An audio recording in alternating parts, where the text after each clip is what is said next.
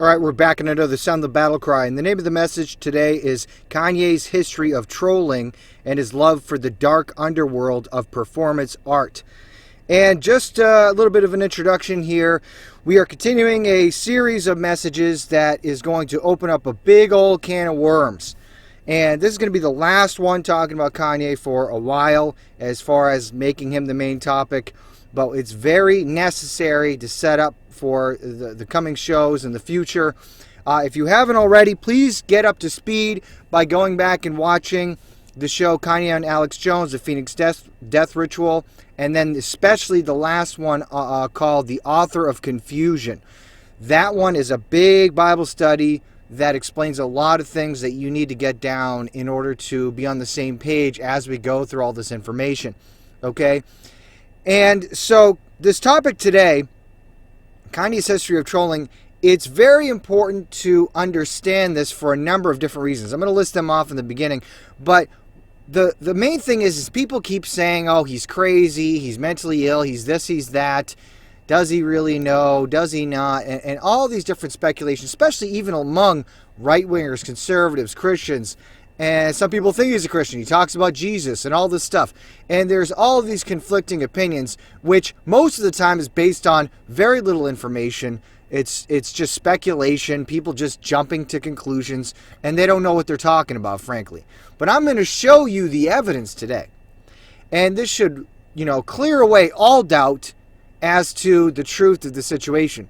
And another reason that we're doing this is not just to get up to speed as to what's happening right now, but also what's going to be happening in the future, because I don't think we've seen the last of him. Okay? And also, as I'm going to be showing, he's playing a role in a much bigger picture, and we will be able to talk about that more after this show is done. Okay? So, trust me, it's important, it's necessary, and so we got to go through this. All right, so let's get into it and start talking about this information. This message will show that not only has Kanye been trolling with his recent stunts, but that he has a long history of this behavior with many documented instances displaying a deep knowledge and admiration of performance art. Then we will dive into a much bigger picture of a role he is fulfilling in a bigger plan. That will be covered in the next message. It is important and necessary to cover these topics, and you will see why more as time goes on. Exactly, that's what I was saying. Okay, so let me just read this, and then I'll make another point. We are destroying the idea that he is crazy and doesn't know what he is doing or saying. His recent actions are not that far of a departure from past actions. We are also destroying the delusion that Kanye is a Christian. He is not to be trusted. He is not on the side of Jesus Christ as described in the scriptures. He preaches another Christ, okay? So anybody can say Jesus Christ, that they believe in Jesus Christ, they're a follower of Jesus Christ. Anyone can say that name.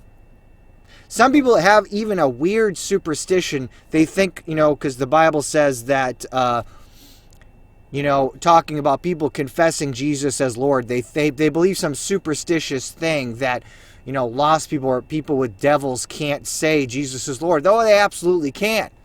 They absolutely can. It's a bigger picture than, they can just say something with their mouth. It's also their actions. That's why Jesus said, by their fruits you shall know them. Okay, so that's just kind of a weird thing. But anyways, there's, just because someone uses the name Jesus Christ doesn't mean it is the one true Christ. There are many false Christs. Jesus even said that. He said, many shall come in my name saying, I am Christ. There be many false prophets, but also false Christs. The Bible talks about another Jesus. Okay, so there are counterfeit Jesuses that people are preaching. And the only way that you can determine what the true one is with the Word of God. How is he described in the Word of God? And then we compare the one that someone is preaching and say, hey, does the Jesus that you're preaching match up with the description of the Jesus that's in the Bible? If not, then it's a false Jesus. And it's that simple. There is simplicity in Christ. All right, so that's that. Now we're going to get into his history of trolling through performance art. So before we get into that, sort of the formal idea of performance art, I just want to tell one story quickly about just how dedicated Kanye has been to trolling people. One instance was he had some beef with Drake. Okay, one of the biggest artists in the world, Drake, right? And so was Kanye. Well, they had they had some beef. They were arguing for a while, taking shots at each other, and then Kanye said, "Okay, let's squash this, okay, and let's make some music together." Okay, great. So Drake was going to come down to his studio, but then he had a producer that went there beforehand and said, "Hey, something's kind of weird here. He's recording his own album." Oh, that's kind of weird. So then he went there, and then Kanye gave him a beat and say, "Hey, you have my blessing. You can use this beat." Drake said, "Okay, great, awesome, thank you." And then he started writing some verses to this beat, and the next day, that same beat came out as a song worldwide. Kanye released it, and he had some samples over it, and then at the end, he started saying a bunch of nonsense like whoop-de-poop, poop-de-scoop, poop, poop, poop. Okay? Now, I know it sounds funny, it sounds ridiculous, but when everybody heard that, they're like, oh, he's crazy. What's wrong with him? Why is he doing this? Doesn't make any sense. But then when you found out the full story, the whole reason he did that was just to troll one person, Drake. That's it. He went through that entire thing just to troll him. Okay? So he's very dedicated to this type of stuff. And you could see him just laughing by pulling the stunt, getting him to think that he was going to let him use that beat. All right, so anyways, that's just one tiny example. Let's go on to the information here. Kanye's history of trolling through performance art. Kanye has a history of trolling through performance art. First, did you know Kanye actually went to art school and is very educated about that world? Okay? Now, some people, you might already know all this stuff. Great. Guarantee you, there is nowhere on the internet that has all the information that I'm going to show you in this teaching today, and especially not organized together with the narrative I'm showing you today. Okay? It doesn't exist. But anyways, and this is for different age groups too. Some people might not be aware of this stuff.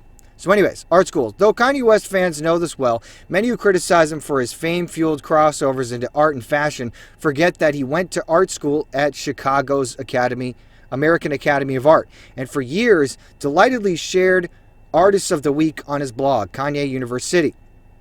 In 2007, he posted, "This is the esteemed pop artist Burton Morris. I purchased Bob's Big Boy and Sugar Smacks pieces that are in my kitchen from him, and I love the work so much that I later commissioned him to do his take on the Jetsons family." Okay? So, he has been very much into art for a long time. Earlier this year, in an Interview magazine story, Kanye told director Steve McQueen, "So the joke that I've actually played on everyone is that the entire time I've actually just been a fine artist." Okay, and this is from vulture.com. You can see the source. I'm going to put the sources underneath. Every time we have quote, story, any of these types of things, I'm going to put the source in the notes, okay? So, now to performance art is what we really need to talk about here. Let's examine some of his past actions and statements. Some of Kanye's past actions. Did you know, back in 2013, all the way back almost 10 years ago, Kanye wore a Confederate flag. First of all, he put it on his jacket.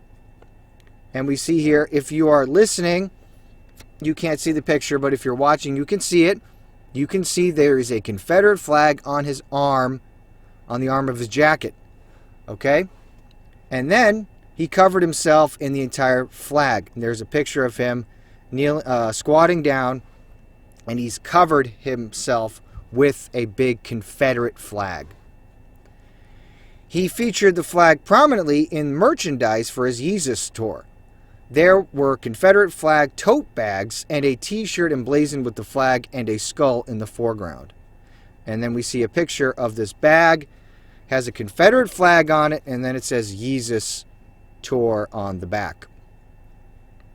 In an interview with LA radio station 97.1 AMP, West explained his motivation.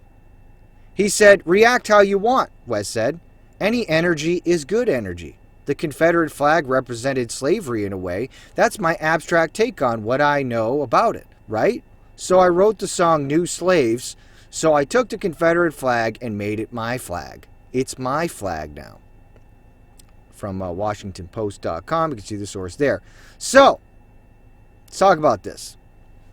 The Confederate flag was a big first step, and that paved the way for him to wear the MAGA hat. After that, he wore the MAGA hat. You saw that he went and he met Trump.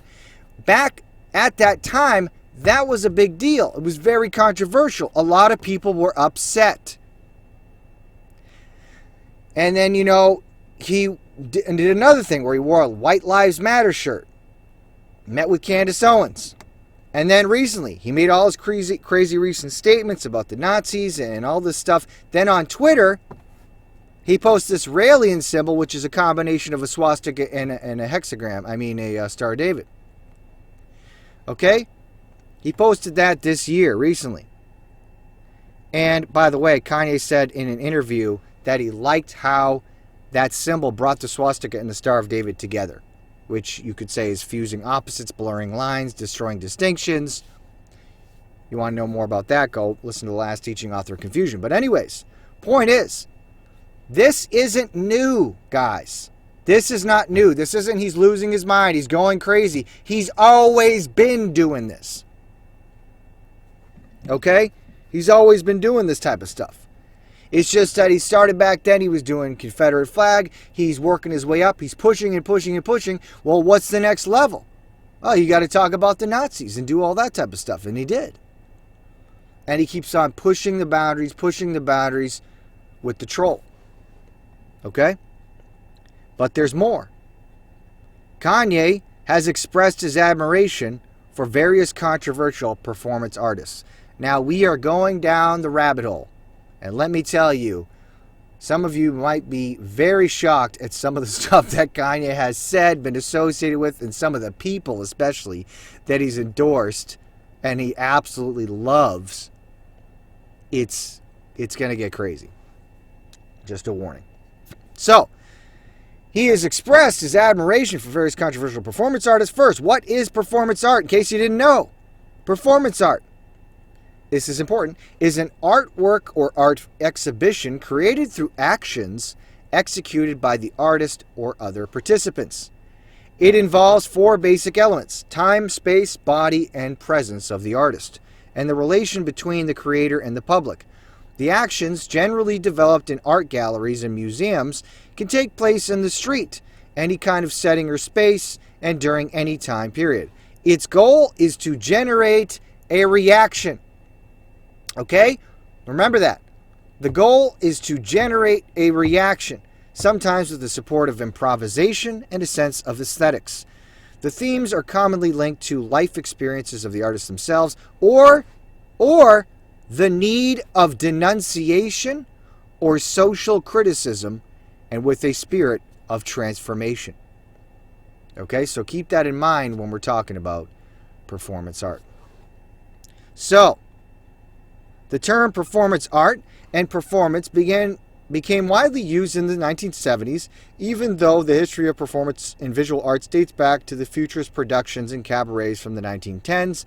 The main pioneers of performance art include, I might mispronounce some of these names, please excuse me, Carolee Schneemann, Marina Abramovich, Anna Mendieta, Chris Burden, Herman Nietzsche, Joseph Beuys, Nam June Paik, Tish Se, Yves Klein, and Vito Conchi.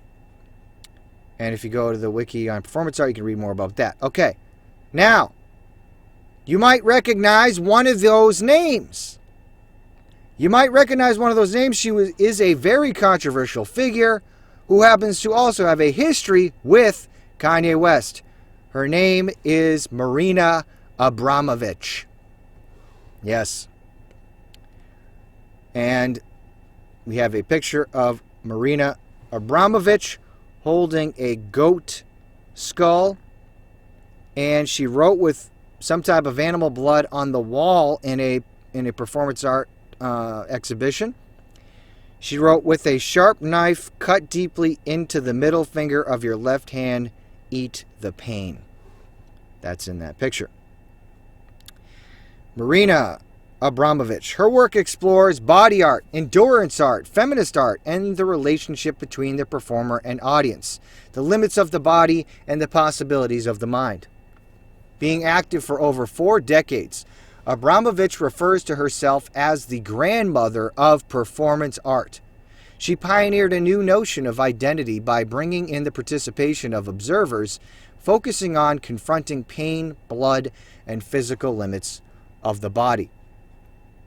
If you aren't familiar with this woman, it came out before the 2016 election through the release of some emails that high-level politicians and celebrities were going to Abramovich's performances.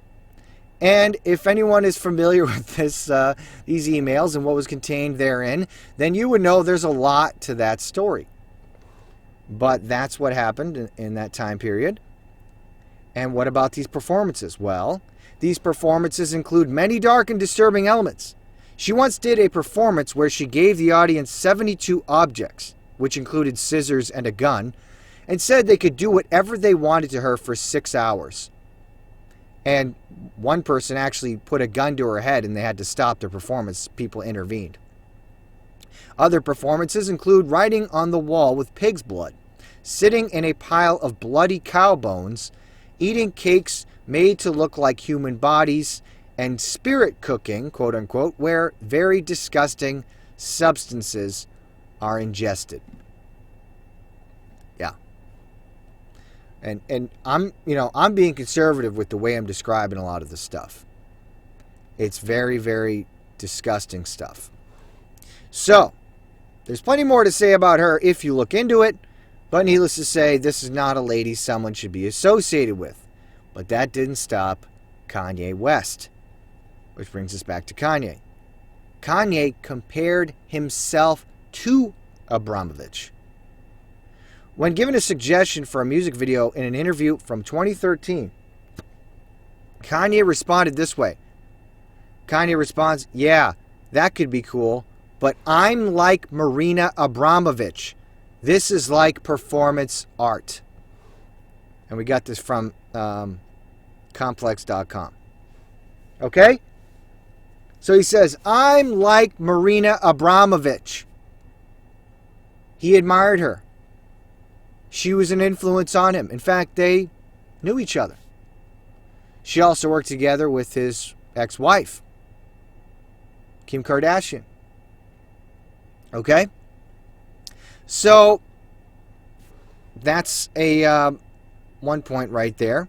And it sounds like he admired her work. Note also that Kanye referred to his own work as performance art. Right? So not only did he say, "I'm like Marina Abramovich," he said, "This is like performance art," what he's doing.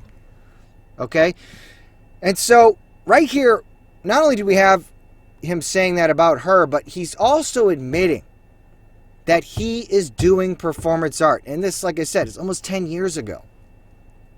He has a long history of this type of stuff. Let's move on to the next one. Matthew Barney. We have a picture here of Matthew Barney, who's all done up in makeup. He kind of looks like a Pan figure. Someone who's like, part goat, part man. And on the cover of something that says the Cremaster Cycle, something that he made. And let's talk about this guy. Vanity Fair did an article covering a music video Kanye did called Famous, where he made it look like a bunch of famous people were naked lying in bed with him and his wife. Okay? So Kanye did this video, music video for Famous, and then in this article that Vanity Fair did, listen to what was said. "The video also reminds me of something West said about himself and Kardashian West in an earlier conversation. Our life is walking performance art." There he goes again. He's telling you. He's telling you.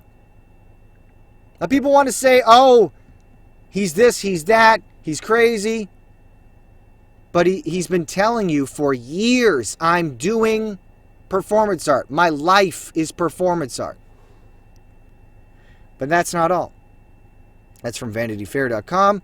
He also went on to say that performance artist and sculptor Matthew Barney is my Jesus. Did you know that? Did you know that Kanye West said Matthew Barney is my Jesus? And he was saying that in reference to the influences he had, the inspiration he had for that music video, Famous. Matthew Barney is my Jesus. So let's look into who Matthew Barney is a little bit more. Barney's most famous work, a 9-hour film. It's, there's multiple different parts. It's split up. But basically totals in 9 hours of footage. 9-hour film called The Cremaster Cycle is named for a muscle in the male reproductive system, for the record. We'll leave it at that. From Observer.com. The Cremaster Cycle is actually filled with Masonic, Egyptian, and occult symbolism mixed with very disturbing imagery. Yeah, I'm not even going to show any of that. It's just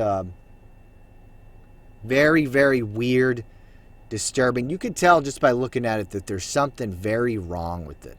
Something very wrong with that guy and anyone that's involved too. Some actually famous actors and actresses were involved with this guy making this stuff. Very disturbing.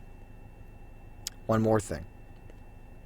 In the recent infamous Balenciaga ad with disturbing images promoting the abuse of children, there were many objects, papers, and books displayed that connect to this gross theme. Okay?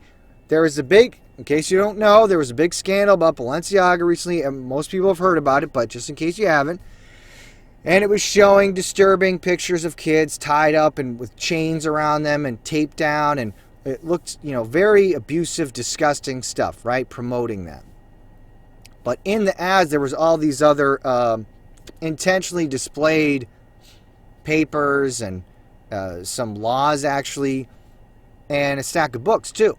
Well, in a stack of books, there was this title, The Cremaster Cycle by Matthew Barney. Yes. That book was specifically in the Balenciaga ad. You wonder why?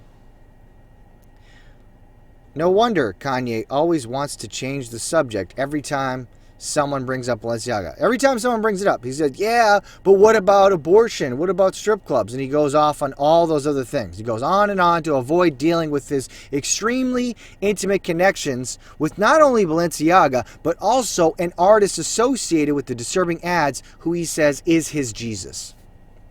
Maybe that's why he keeps changing the subject. He said, oh, no, it's not just them. Well, what about all this other stuff? No, why don't you deal with them first, buddy? Why don't you tell everyone your long, intimate history with them? Why don't you tell them how you talked about Matthew Barney as your Jesus? Hey, so when you're telling everybody that you follow Jesus Christ, are you talking about Matthew Barney? Because that's what you said. He's your Jesus. Is that what Jesus you're talking about? Because we don't know which one it is.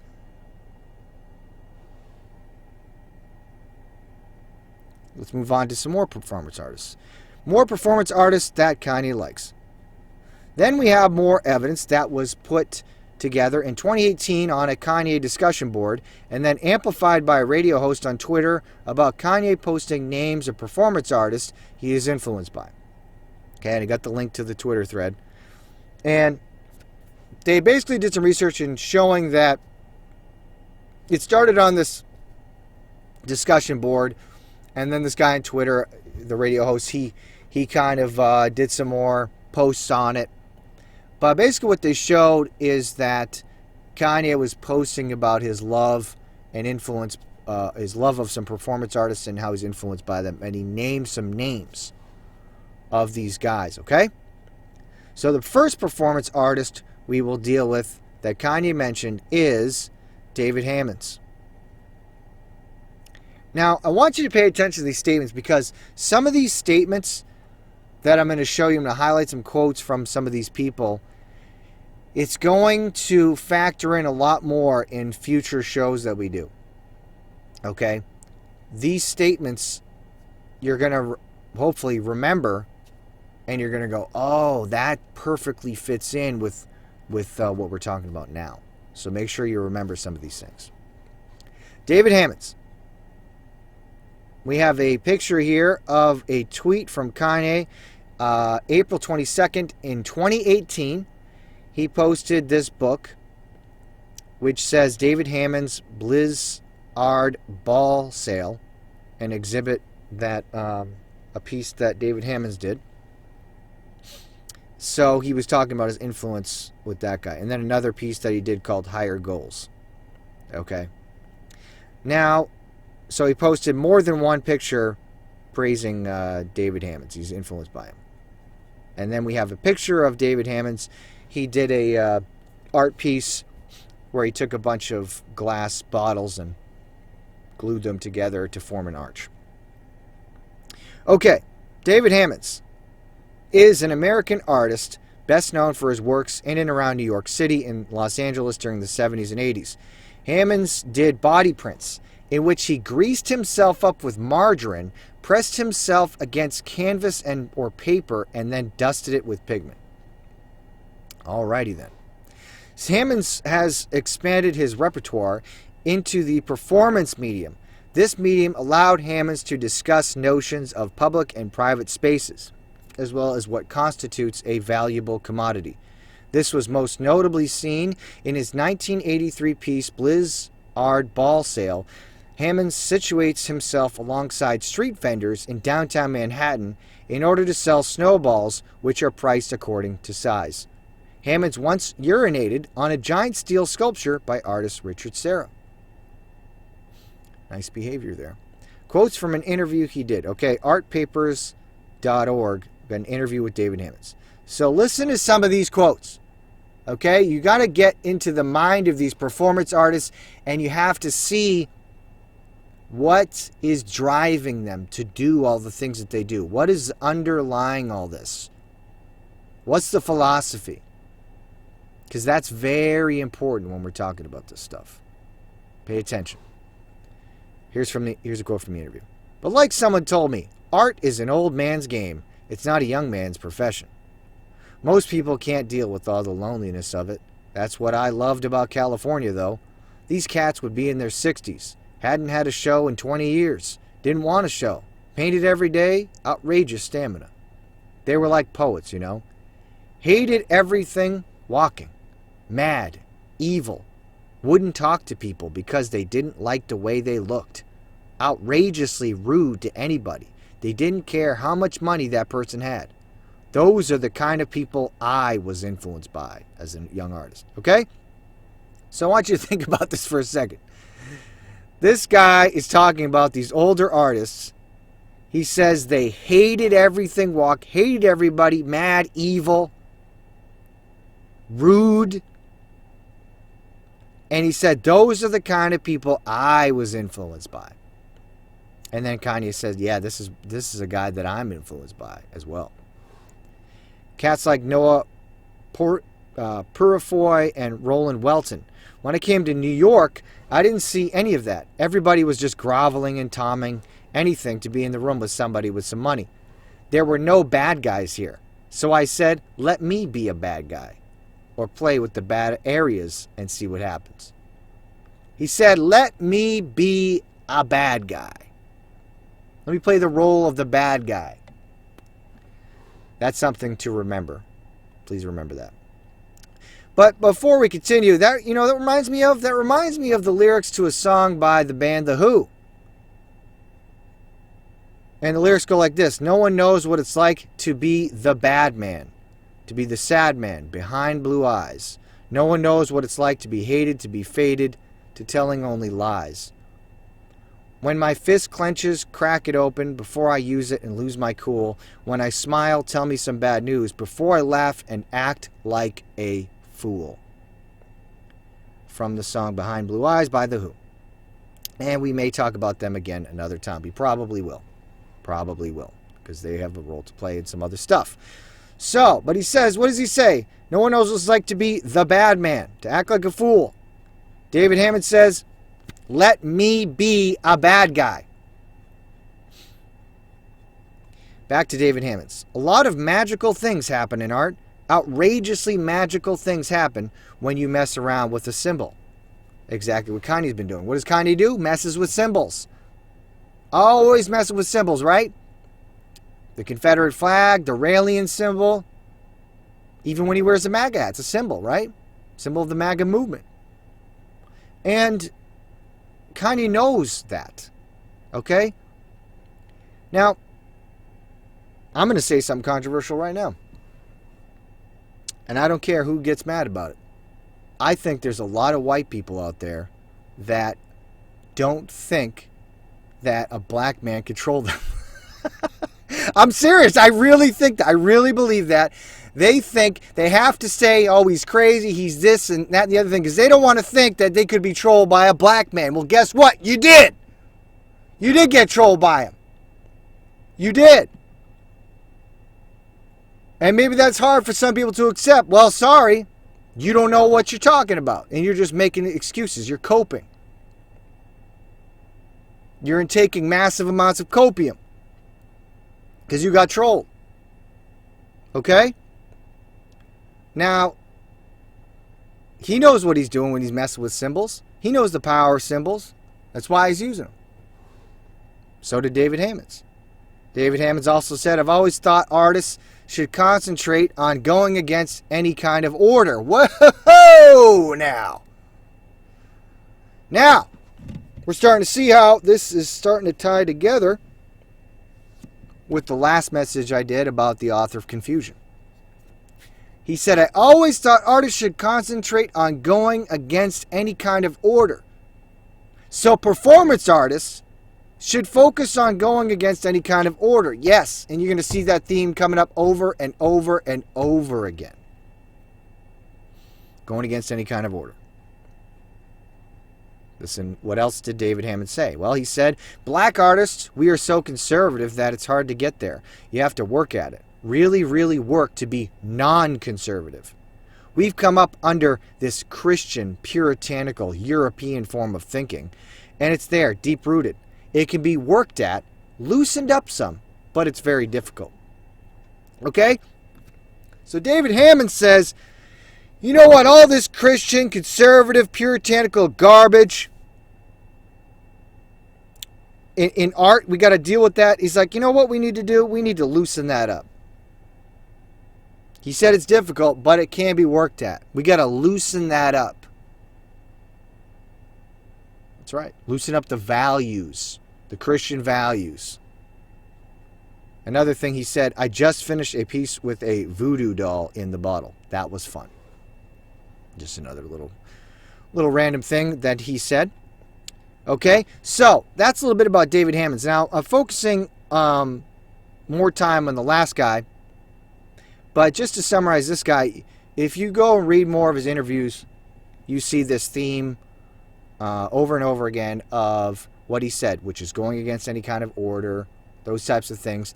And that is a theme for many of these artists, whether it's him or Marina Abramovich, Matthew Barney, and many, many performance artists or regular artists throughout especially the past 100 years, a little over 100 years, especially. A lot of them focus on going against all convention, order, boundaries, distinctions, destroying it all. Yes, it's a common theme.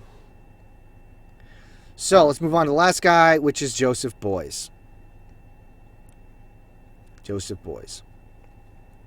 And we see that Kanye tweeted out in April 22nd of 2018 a picture of Joseph Beuys. And I don't know what this is from, but it's a picture of Joseph Beuys and it says his name on it. Kanye tweeted that out. And so that is another major influence, a performance artist on Kanye West. And this one is very interesting. Joseph Heinrich Beuys was a German artist, teacher, performance artist, and art theorist whose work reflected concepts of humanism, sociology, and anthroposophy. He was a founder of a provocative art movement known as Fluxus and was a key figure in the development of happenings. Now, a lot of these things, some of these things, man, you could go down on a rabbit trail. But we're just trying to keep this one tight to, we could deal with some of these other things in future messages. Boys is known for his extended definition of art, in which the ideas of social sculpture could potentially reshape society and politics. Did you hear that? He extends his definition of art to include ideas of social sculpture that could potentially reshape society and politics. So first of all, he's not the only one to believe this. Many artists believe that that's what their art can do. Whether it's, regular art or performance art, they believe it can reshape society and politics. And guess what? It can. And it has. It absolutely does reshape society and politics. Art is very powerful. And they know that. That's why they spend so much time and money on it. Boys created the term social sculpture to embody his understanding of art's potential to transform society. As a work of art, a social sculpture includes human activity that strives to structure and shape society or the environment. The central idea of a social sculptor is an artist who creates structures in society using language, thoughts, actions, and objects. Okay, so they're not limited by sitting there with a canvas and a paintbrush. Indebted to romantic writers such as Novalis and Schiller, Boys was motivated by a utopian belief in the power of universal human creativity and was confident in the potential for art to bring about revolutionary change. See that? These ideas were founded in the social ideas of anthroposophy and the work of Rudolf Steiner, of which he was a vigorous and original proponent. Okay, and we're going to talk more about Rudolf Steiner later, trust me. Oh boy, are we going to talk about him. But I just want you to note, he said that these ideas that he had about transforming creativity to bring about revolutionary change in society, he got that from the ideas of Rudolf Steiner, and he was very big fan of Rudolf Steiner, influenced by him. This translated into Boy's formulation of the concept of social sculpture, in which society as a whole was to be regarded as one great work of art to which each person can contribute creatively. Perhaps Boy's most famous phrase, borrowed from Novalis, is "Everyone is an artist."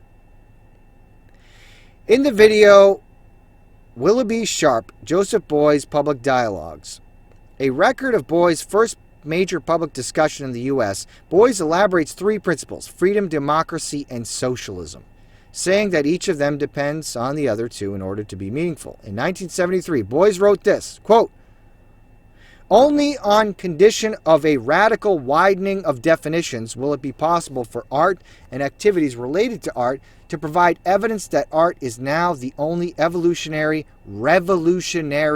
power. Only art is capable of dismantling the repressive effects of a senile social system that continues to totter along the death line. To dismantle in order to build a social organism as a work of art. Every human being is an artist, who from his state of freedom, the position of freedom that he experiences at first hand, learns to determine the other positions of the total artwork of the future social order."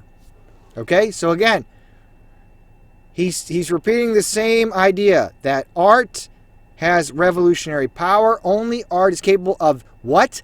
Dismantling the repressive effects of a senile social system. Using art to dismantle the present order of things. You could say the old order.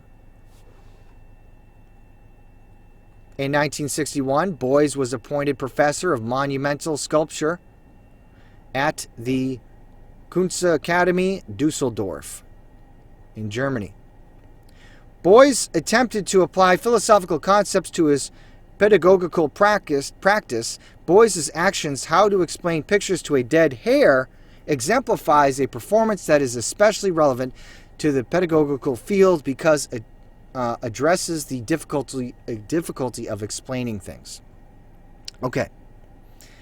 Yeah, that's their interpretation of it. It's always this ridiculous interpretation of these performance pieces. But anyways, let's look at this piece. How to Explain Pictures to a Dead Hare. This is something that he did. How to Explain Pictures to a Dead Hare was a performance piece enacted by the German artist Joseph Beuys on November 26, 1965 at the Galerie Schmiele in Dusseldorf. While it was only Beuys' first solo exhibition in a private gallery, it is sometimes referred to as his best-known action. And what happened? At the beginning of the performance, Beuys locked the gallery doors from the inside, leaving the gallery goers outside. They could observe the scene only through the windows. With his head entirely coated in honey and gold leaf and an iron slab attached to his boot, he began to explain pictures to a dead hare. And he had this dead rabbit on his arm. Yeah. Whispering to the dead animal on his arm in an apparent dialogue, he processed through the exhibit from artwork to artwork. Occasionally, he would stop and return to the center of the gallery, where he stepped over a dead fir tree that lay on the floor. After 3 hours, the public was let into the room. Beuys sat upon a stool in the entrance area with the hare on his arm and his back to the onlookers. The performance was the high point, or you could say low point, of Beuys' development of a broadened definition of art, which had already begun in his drawings of the 1950s. Okay, so, one of the things to think about with these things is they're normalizing just gross behavior. We're using a dead animal as a prop in your performance piece is disgusting. It's not normal. If let's say that this wasn't a performance art piece, like let's say this person wasn't an artist, right? No one knew this was a performance piece, and you just saw someone, I don't know, standing on the side of the road with a dead rabbit in their arms talking to him. What would you think about that person? Think they're crazy? That's insane. But what's interesting is that's how you would view it in that context. But in this context, everyone's like, ooh, amazing, genius.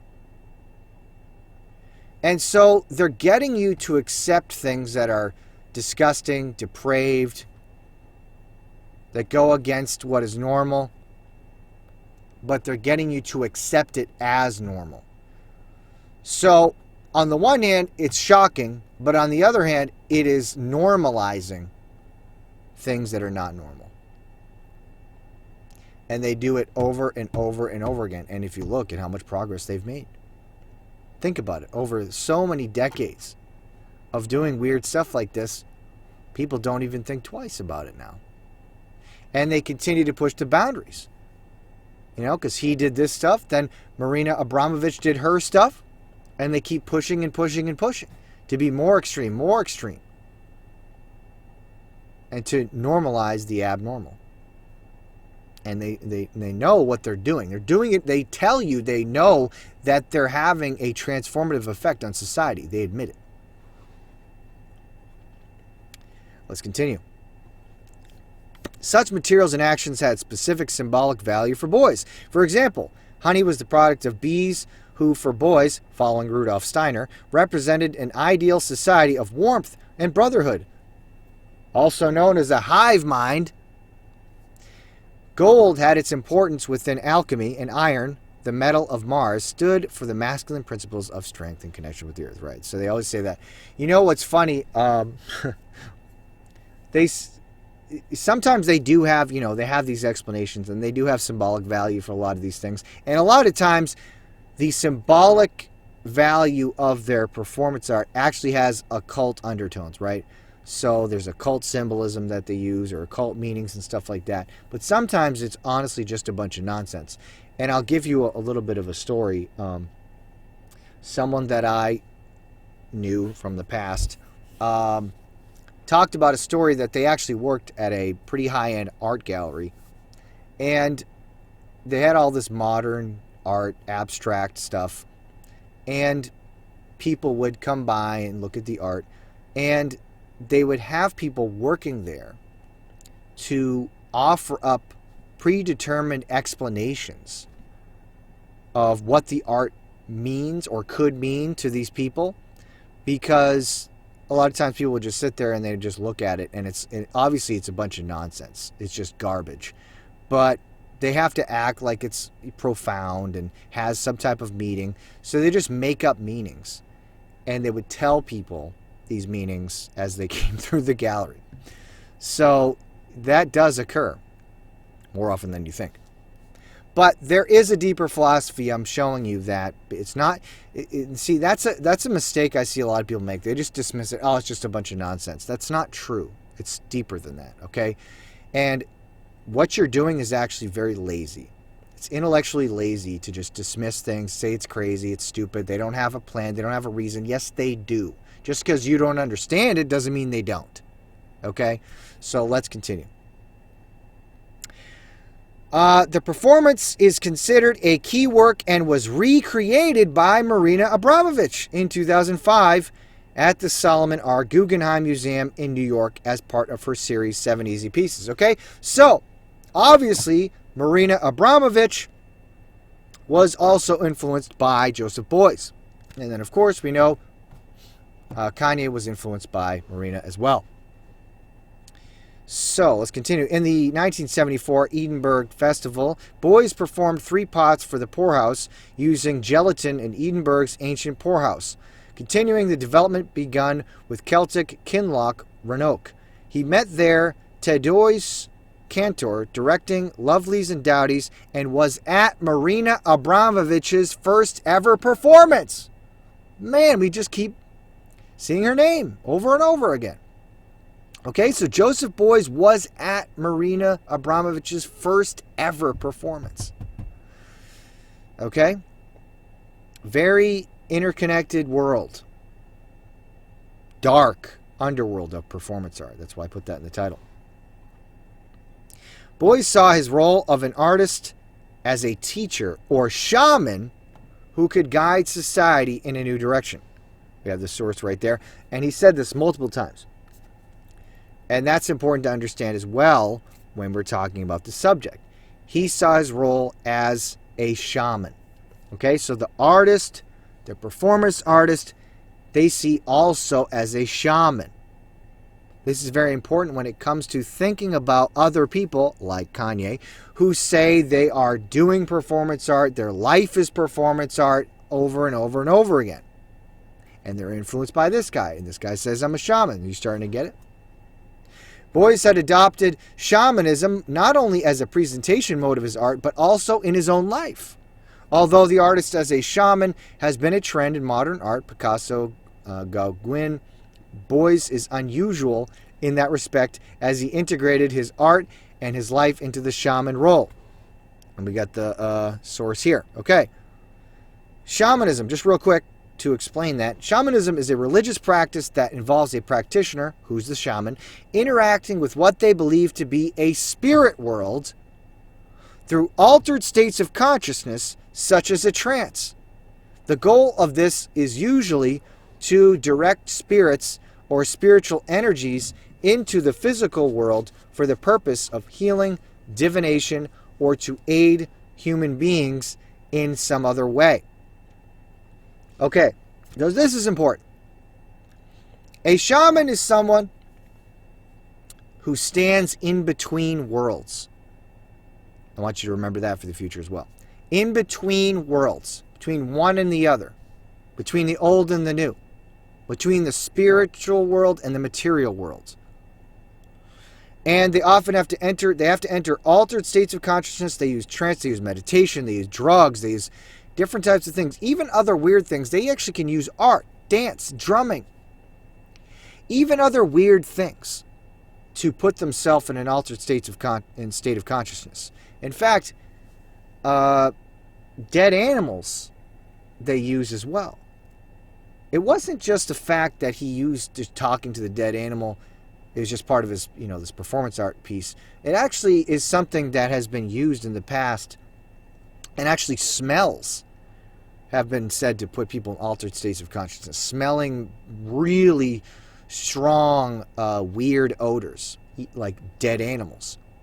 And in fact, just to give an illustration of this, there is a very famous nu metal band, Slipknot. They've been around for a while. And they have 9 members of the band, and one of them is a clown.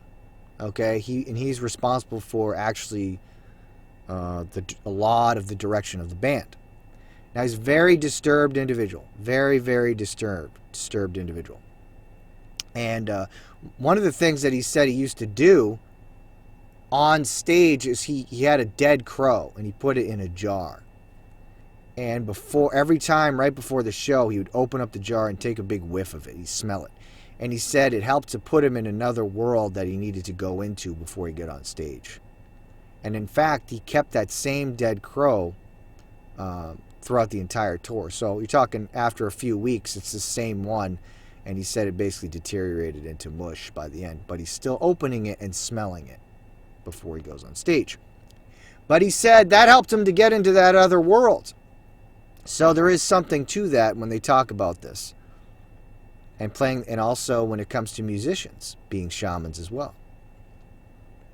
Okay, so you extend this to music, movies, performance art, regular whatever art in a canvas.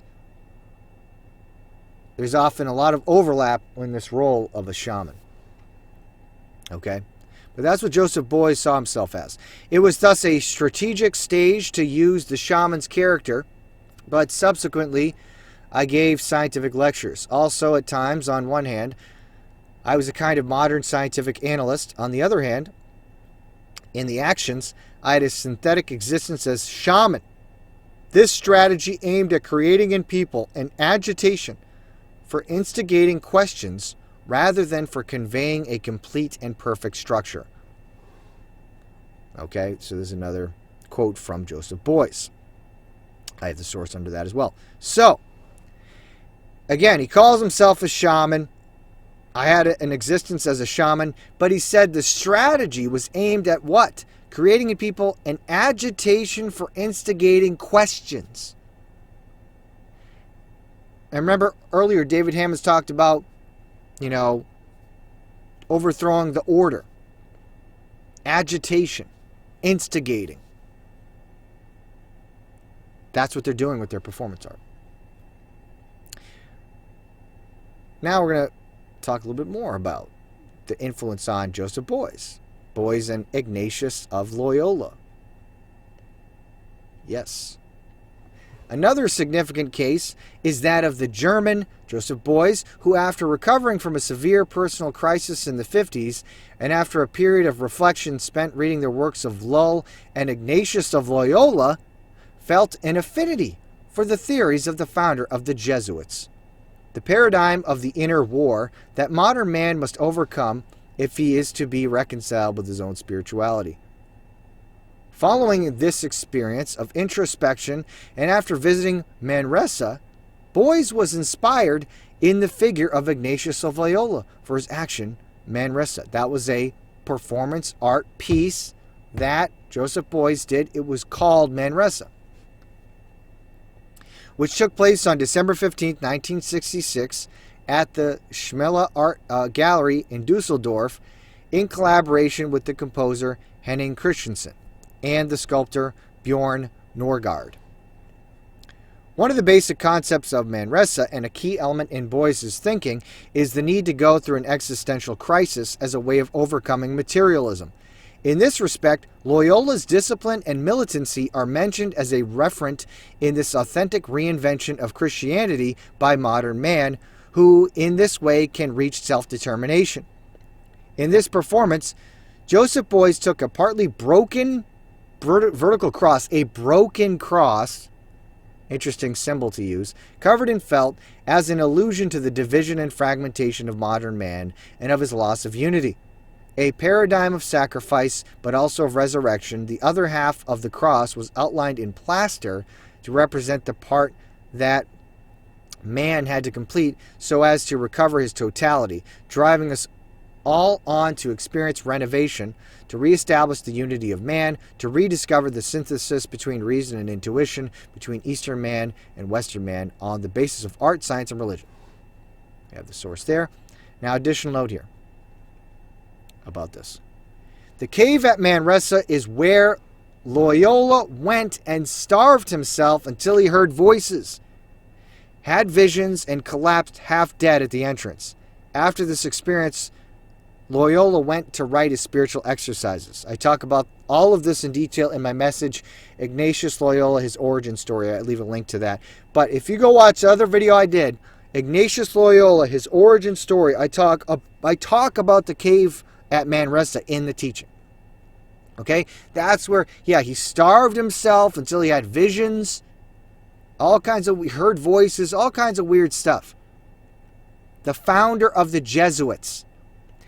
And Joseph Beuys was reading Loyola's writings, his exercises, and he was so influenced by this man that he went and visited the cave at Manresa and then decided to do an entire performance based on that, on Loyola's experience at the cave. So I guess you could say Ignatius of Loyola had a pretty big influence on Joseph Beuys. And then Kanye says, Joseph Beuys? Yeah, he's a big influence on me. And finally, we're going to talk about Rudolf Steiner. And then we'll wrap it up.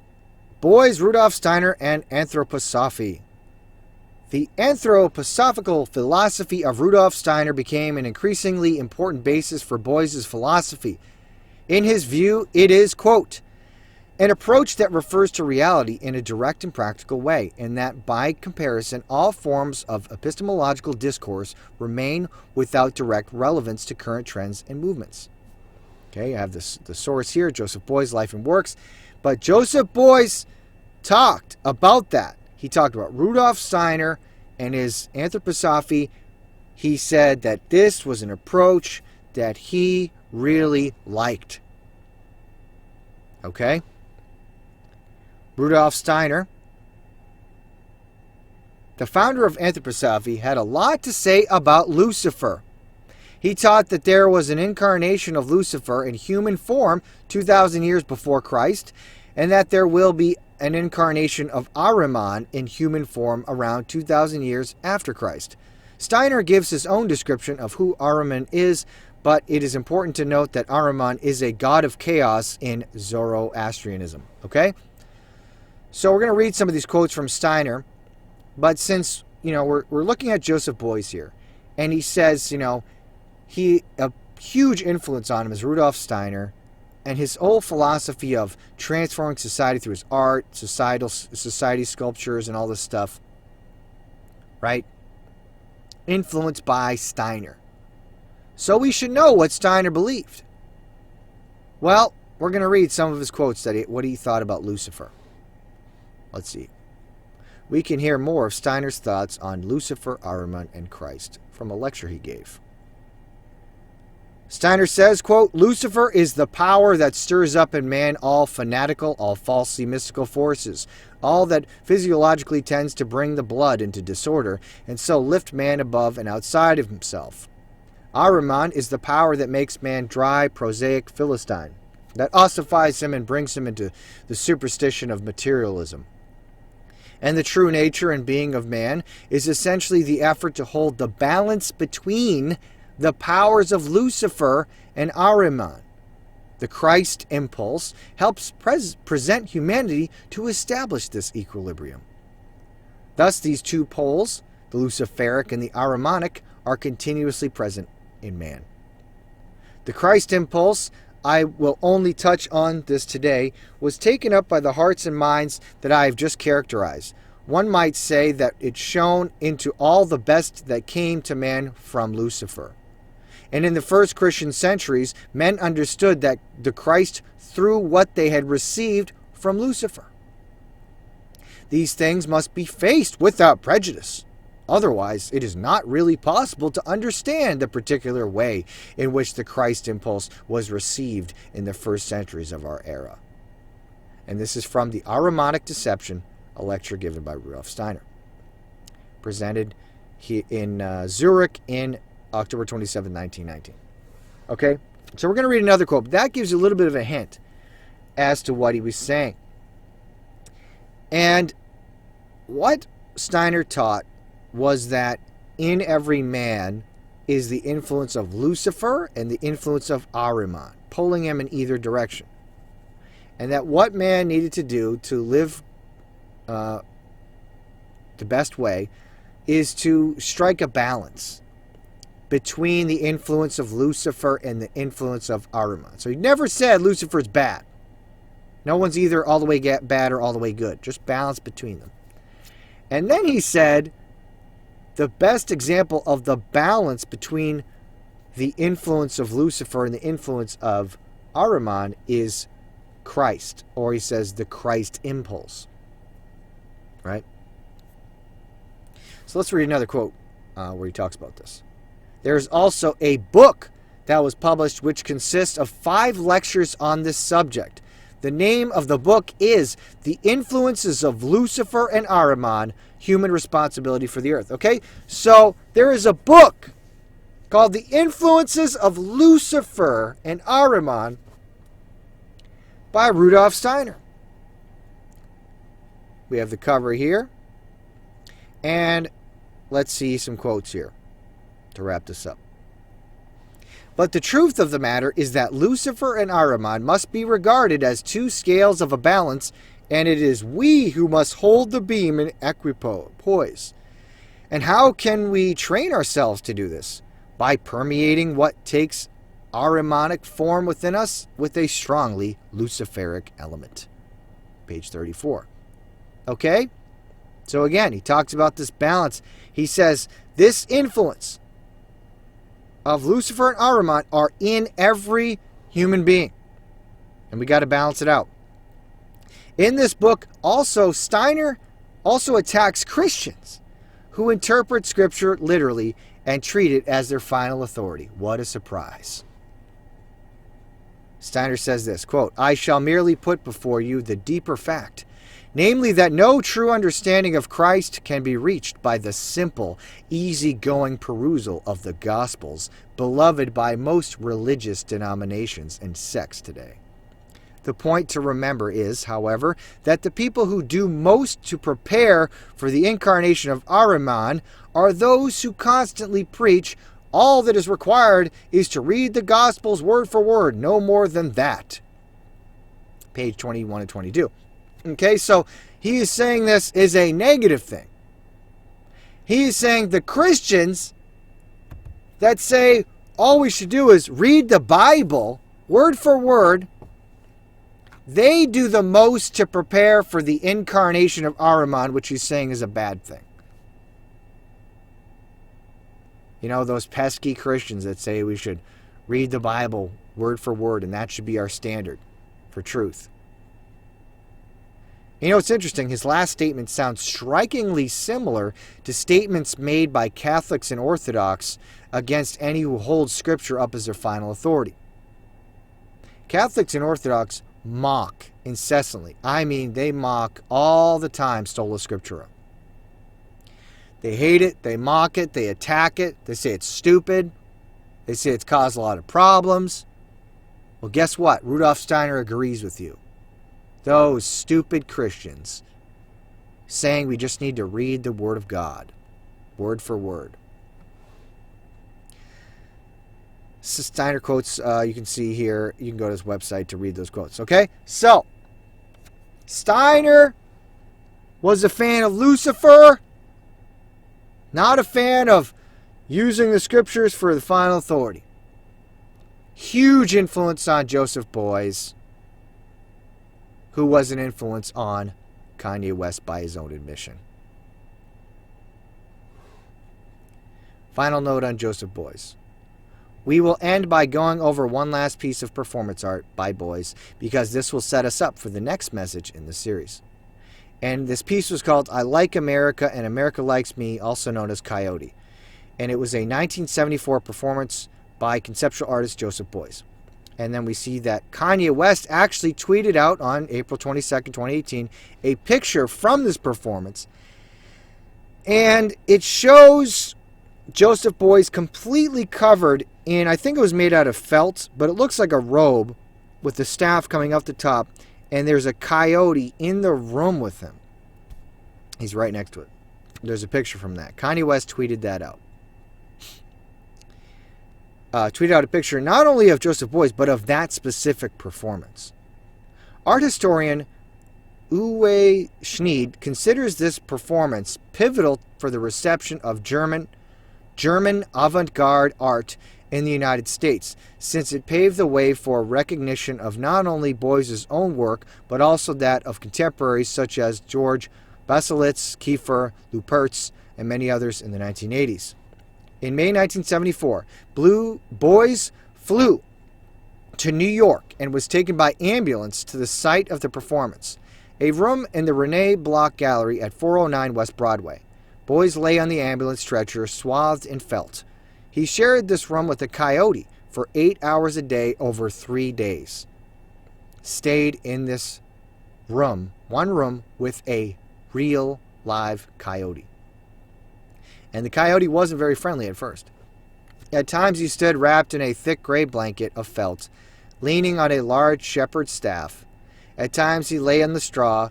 At times he watched the coyote as the coyote watched him, and cautiously circled the man or shredded the blanket to pieces. And at times he engaged in symbolic gestures, such as striking a large triangle or tossing his leather gloves to the animal. The performance continuously shifted between elements that were required by the realities of the situation and elements that had a purely symbolic character. At the end of the 3 days, Beuys hugged the coyote that had grown quite tolerant of him and was taken to the airport. Again, he rode in a veiled ambulance, leaving America without having set foot on its ground. As Beuys later explained, I wanted to isolate myself, insulate myself, see nothing of America other than the coyote. And I'm going to tell everyone to remember the coyote for the next message in the series. Okay? We're going to end with a Bible verse, but let me just summarize this stuff first, because we're at the end. So, there is more meaning to this piece that he did about the coyote. And like I said, I'm going to talk about that more in the next message, but I just want to document that he did this so you'll know for the next message. But reviewing back what we've been through today, we can see Kanye has a long history of trolling. He has a deep appreciation and love for performance art. He's very influenced by it. He said his life is walking performance art. He said he's doing performance art in a lot of things that he does.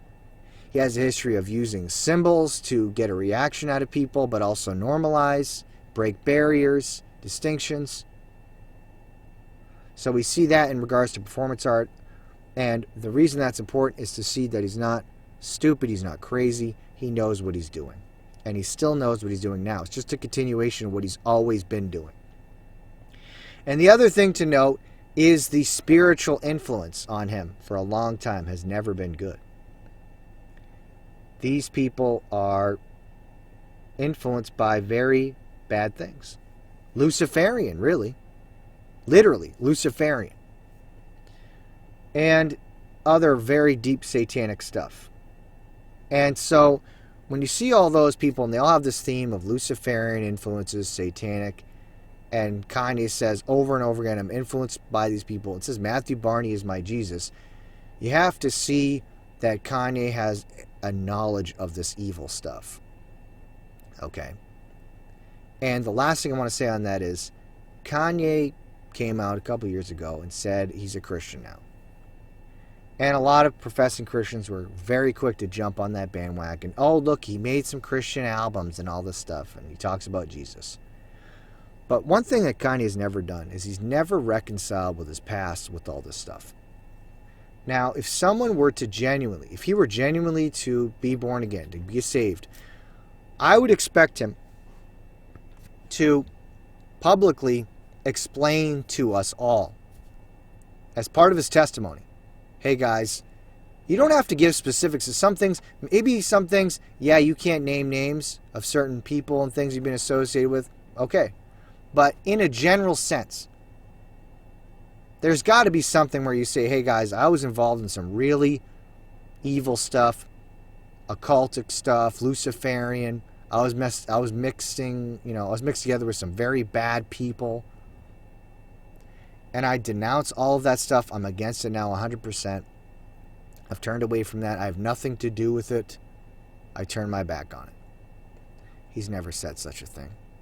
In fact, again, like you said, he avoids talking about Balenciaga, these types of things. He's never talked about any of these things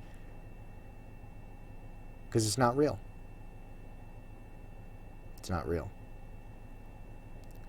And so, we should not be deceived. That's the big point here. And that's something that Jesus warned about. And we're going to look at that right here.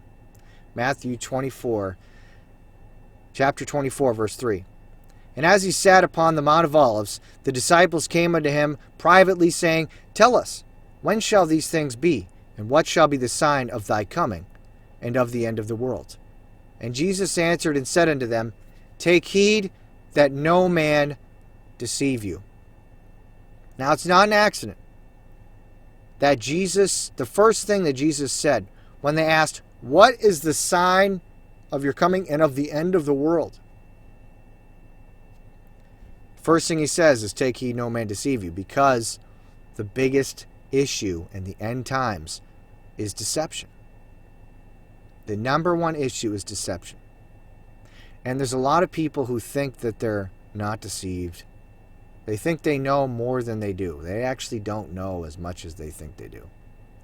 And they are deceived. And that's a dangerous position to be in. Not to just be deceived, but to think that you're not deceived and then being deceived. So there's a lot of deception. There's a lot of people that are deceived, and there's a lot of deceivers out there that people don't think are deceivers. And so that is a very, very important thing that we all need to think about and pray about every day. Because you need to pray to God to show you the truth. You need to have a love for the truth. It's not just going to fall into your lap. You have to take action to find the truth. You have to have a hunger for the truth, a thirst for it. The Bible tells you to study. It says, my people are destroyed for lack of knowledge. You have to take actions to not be deceived. Don't just sit there and be lazy and think God's just going to show you everything automatically. No, that's not true at all. You just sit there and you think, oh, you have such good discernment just by sitting there. You're just you're born that way, right? Born with discernment? Wrong. It's something to be exercised. You got to have a hunger and a thirst for it, and you have to study. And then help others to warn. Got to blow the trumpet. And so, like I said, there's going to be a lot of things we're going to talk about in the future. But right now, it's going to be the last one that we're going to talk about Kanye for a long time. But we need to see from this that there's going to be a lot of deception. A lot of people that you wouldn't think would be deceived are going to be deceived. A lot of people, especially that say they are Christian, will be deceived and will lead people astray. Many people, thousands of people, lead them astray. So we need to be careful. And so what I'll recommend to you now to point you to is please go especially watch the teaching I just did called The Author of Confusion. Watch that one. That'll really help to give you some biblical insights to understand what we're going through and what we're going to be going through. And then, of course, as always, if you have If you don't know that you're saved, that you're born again, if there's never been a time in your life where you know that you put your faith in Jesus Christ and been radically transformed into a new person, then I suggest you go back and watch the teaching that I did called Truth in an Age of Confusion, How to Know the Truth and Be Saved. And if you want more detail than that, there's another message called The Gospel from Genesis to Revelation. And there's a bunch of other teachings I have about that. There's a playlist I have called True Salvation versus False Conversion. I recommend that as well if you want to keep on studying in that direction. Okay? So I highly recommend you go to those things.